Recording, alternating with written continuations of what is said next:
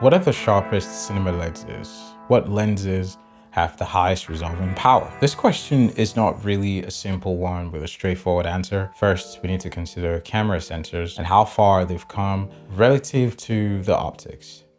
The issue with a 12K sensor like the Blackmagic or the Red V-Raptor 8K is that the resolving power of the sensor is now higher than the resolving power of some lenses.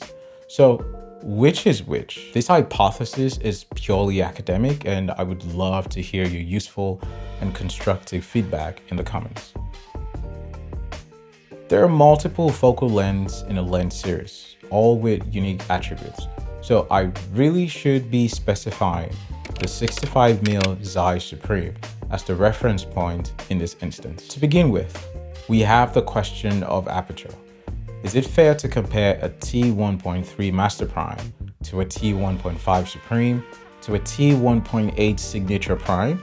If I was gonna do that, I should be stopping them all down to T1.8 for a fair comparison, in which case the Master Prime's performance is considerably improved, right? But then any lens will get sharper as you stop down.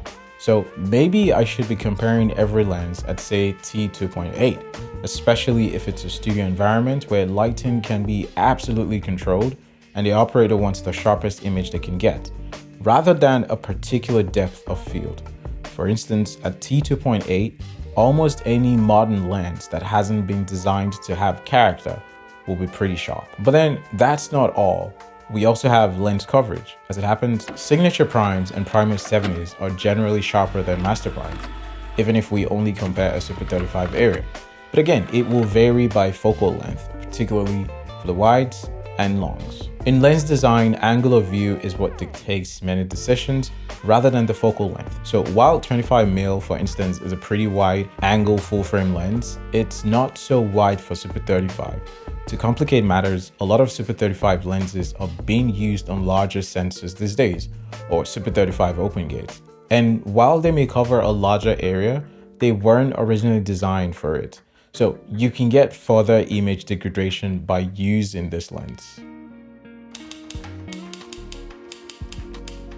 Then there's the question of contrast and apparent resolution.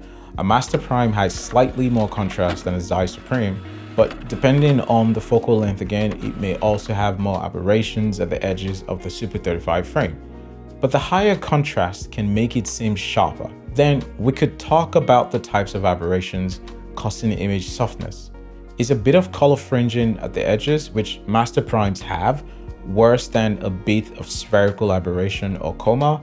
It might depend on the lighting or the color of the scene, or the contrast ratio. Some aberrations disappear quicker than others when you stop down the lens as well. In the end, when I mention signature primes or Primus 70s, I'm thinking about the consistency across focal lengths and the performance right to the edges. I've only seen a few focal lengths in the Supreme range, but what I saw was very impressive.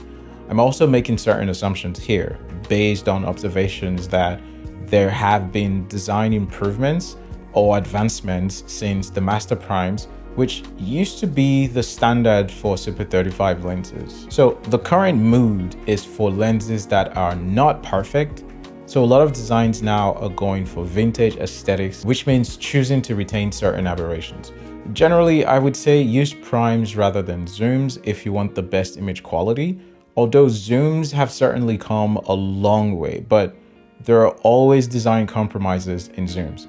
And back focus is quite crucial to keep the image perfectly in focus as you change focal length. So yeah, it's really not as straightforward as you think it is. Let me know what you think in the comments below. Bye.